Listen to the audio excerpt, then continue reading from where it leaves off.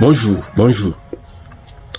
Une personne m'a posé cette question, celle de savoir, Monsieur Job Camden, est-ce que vous pouvez conseiller à une personne, qu'est-ce que vous pouvez conseiller à une personne aujourd'hui de faire si elle veut se lancer dans le domaine agricole? Doit-elle aller dans une école de formation ou dans un centre de formation, ou bien quels sont les conseils que vous pouvez donner à cette personne? Est-ce qu'elle doit aller acheter ou payer par exemple des formations privées, des formations actuellement qu'on donne sur Internet, sur YouTube ou sur Google ou sur Internet? Quel est le conseil que vous pouvez donner à une personne qui veut se lancer dans l'entrepreneuriat agricole? C'est à cette question que nous allons répondre aujourd'hui dans cette vidéo. Je voudrais d'abord commencer par me présenter. Pour ceux qui ne me connaissent pas, je suis Job Camden, je suis répétiteur de profession, enseignant de formation. Je suis actuellement dans la région de l'Ouest. Je suis venu visiter mes ruches que j'ai placées actuellement. J'ai 26 ruches. Au départ, j'avais 32 ruches. Il y a les feux de brousse qui ont brûlé 6 ruches. Donc actuellement, il me reste 26 ruches sur les 32. Et dans quelques jours, nous allons récolter du miel. On va vous faire part de toutes ces vidéos-là. On fait part de toutes ces expériences-là. Mais il ne s'agit pas de ça aujourd'hui. Je fais les prépas concours. Je prépare les candidats aux différents concours. Mais ici, je voudrais attirer votre attention sur le fait que malgré que je prépare, je forme des personnes à entrer dans les grandes écoles au niveau du Cameroun, de l'Afrique et du monde, je voudrais préciser que si on me posait la question, c'est de savoir est-ce que c'est une bonne chose pour une personne d'entrer dans une école de formation et de me dire non. Pas pour tout le monde, pour certaines personnes. Je m'explique. Il y a des personnes qui sont aguerries, des personnes qui ont des expériences que les autres n'ont pas. Des personnes qui... Je vais prendre un exemple simple pour qu'on puisse bien se comprendre. Vous allez voir par exemple en ce qui concerne les concours. Au niveau du Cameroun, il y a des concours où il y a un âge pour entrer dans les écoles de formation. Il y a des personnes qui n'ont pas une capacité de rétention élevée. Il y a des personnes qui ont des difficultés dans la compréhension. Il y a les enseignants qui expliquent mal. Il y a par exemple beaucoup d'autres paramètres qui peuvent faire en sorte que aujourd'hui il n'est pas évident de dire qu'une personne doit aller dans une école de formation. Personnellement, il ne peut pas conseiller à tout le monde d'entrer dans une école de formation. Vous avez vu, j'ai fait des vidéos où j'ai conseillé à quelqu'un, à certains de mes candidats, certains de mes étudiants, de ne pas entrer à la phase. Si une personne a déjà des compétences précises, je vais prendre un exemple simple. Je parlais de ça à une des personnes qui voulait que je puisse entreprendre, que je puisse l'aider à acquérir des terres et aussi que je puisse l'aider. La personne se trouve actuellement aux États-Unis et ça lui la suit actuellement. Elle se trouve au Canada, plutôt pas aux États-Unis, au Canada. Elle voulait aussi acquérir des terres au niveau du Cameroun. Elle voulait que je l'aide aussi. Donc, il voulait attirer donc l'attention sur cela parce que ce fait-là, je lui disais que j'ai aidé une personne, un de mes étudiants, un temps, à être, par exemple, à se lancer dans l'élevage des chiens. Ça va vous paraître bizarre.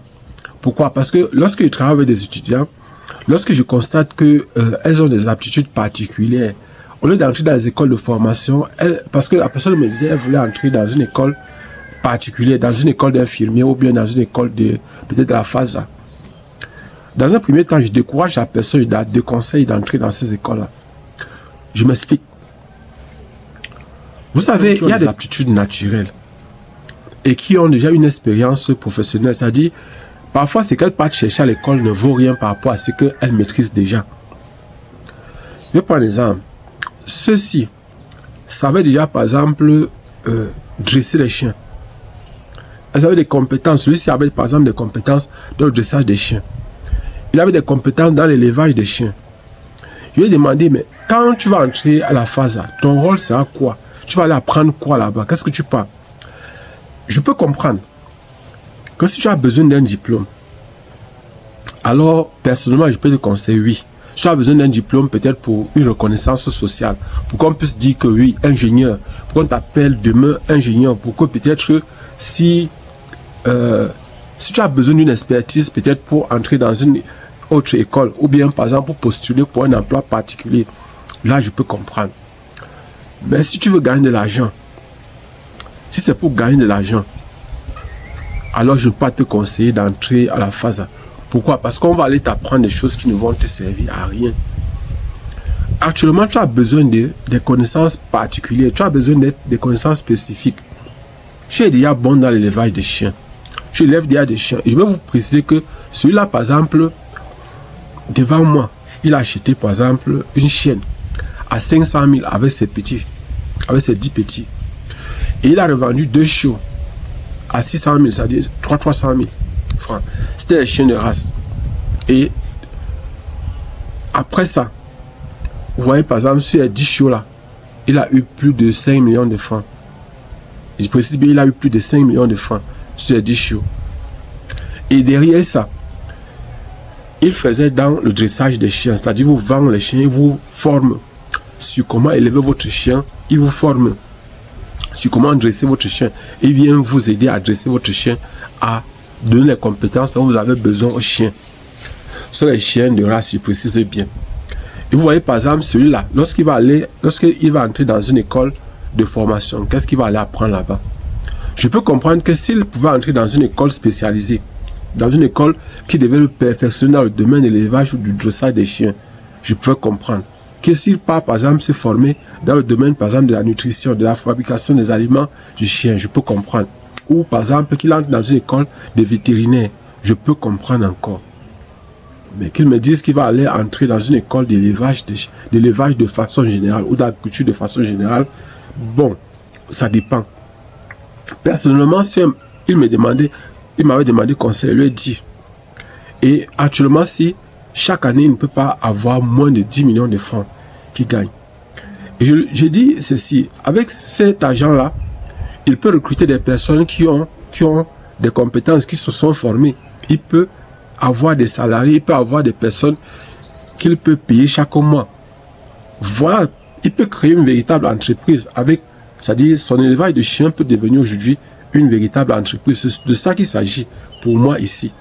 C'est-à-dire qu'il ne s'agit pas de décourager les gens pour que ces gens-là partent de rester au quartier ou bien qu'elles n'entrent pas dans les écoles de formation. Non. Il s'agit par exemple pour des personnes qui ont déjà une formation bien précise de créer plutôt une entreprise, de recruter des personnes qui sont formées et de leur donner des salaires. Voilà de quoi il s'agit en ce qui me concerne. Donc, si par exemple une personne aujourd'hui veut se former, ça va dépendre, j'ai bien précisé. Il y a des personnes qui ne peuvent pas, je prends un exemple des personnes retraitées, qui ne peuvent pas par exemple rentrer dans les écoles. Elles ont besoin de formations, on parle souvent de recyclage. De recyclage.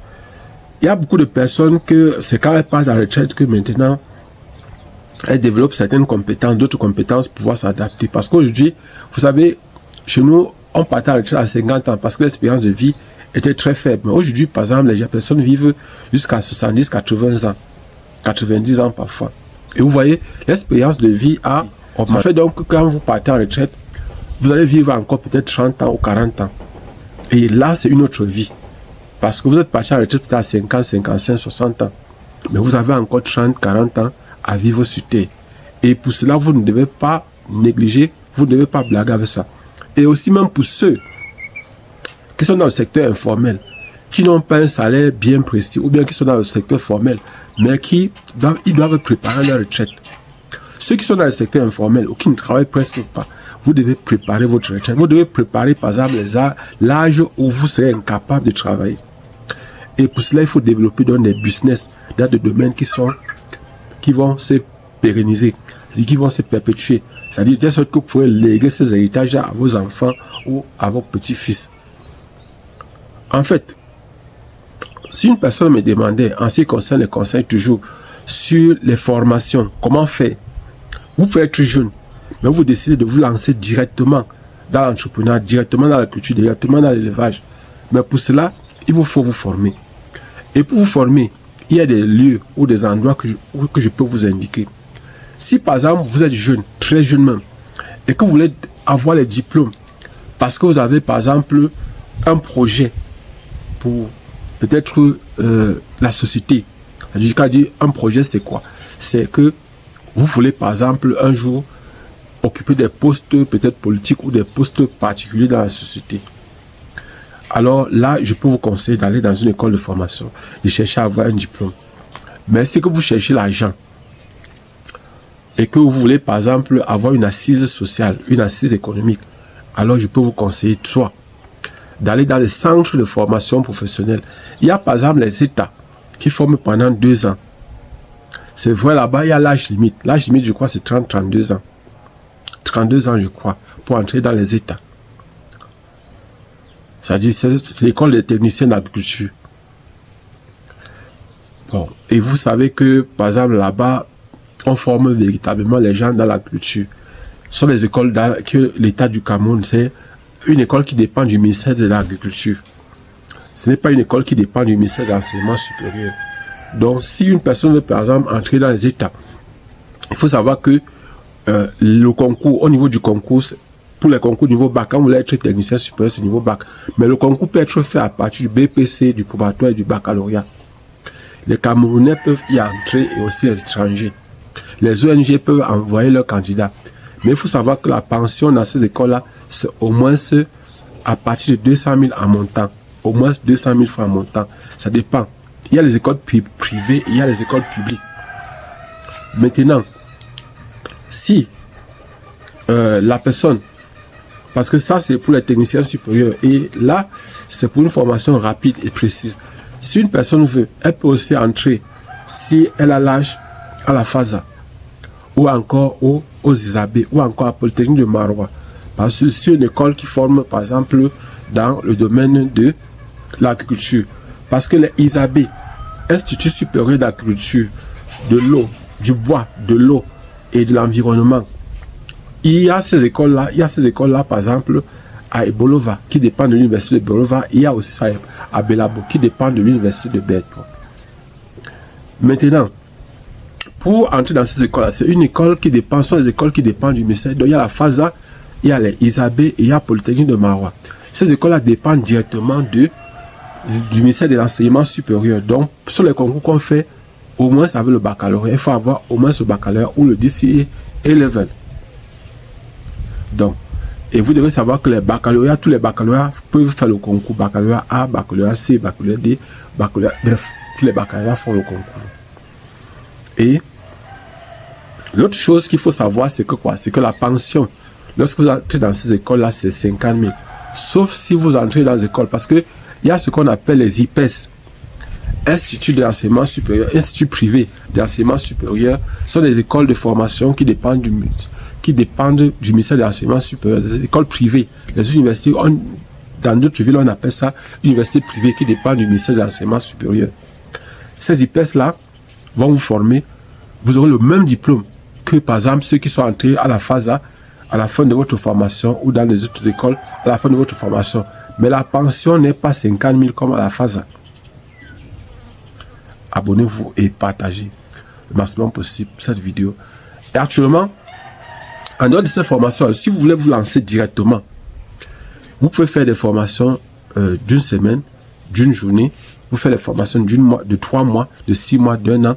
Vous pouvez aller par exemple en stage dans une entreprise. Vous pouvez par exemple vous former directement chez nous, ou encore chez Tami Jardin, ou encore chez Kana Evariste, ou encore chez Loïc Kamwara, ou encore chez Stéphanie Bida, ou encore chez, par exemple, ils sont nombreux.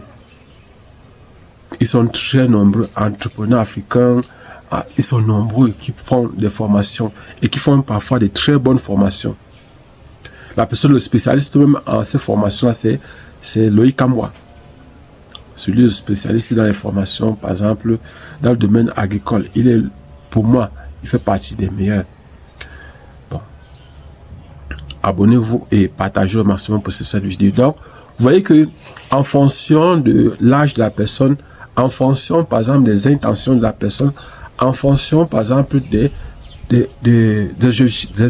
objectifs de la personne, les conseils ne sont pas les mêmes. Les conseils qu'on peut donner à une personne ne sont pas les mêmes. Donc, voilà, par exemple, ce que moi, je peux dire à une personne qui veut se lancer dans le domaine agricole aujourd'hui, qui veut se lancer dans l'entrepreneuriat, surtout agricole aujourd'hui. Mais il faut savoir une chose, c'est que chaque fois, il dit toujours, il faut commencer petit, mais il faut penser grand. Actuellement, c'est la période, nous sommes au mois de janvier, Et c'est le moment maintenant de lancer les champs, de défricher les champs et de les brûler en attendant que le mois de février-mars arrive pour les premières pluies dans les zones de savane et de forêt. Parce qu'au niveau du Grand Nord, au niveau par exemple des zones du Grand Nord, il faut attendre les pluies au mois de mai.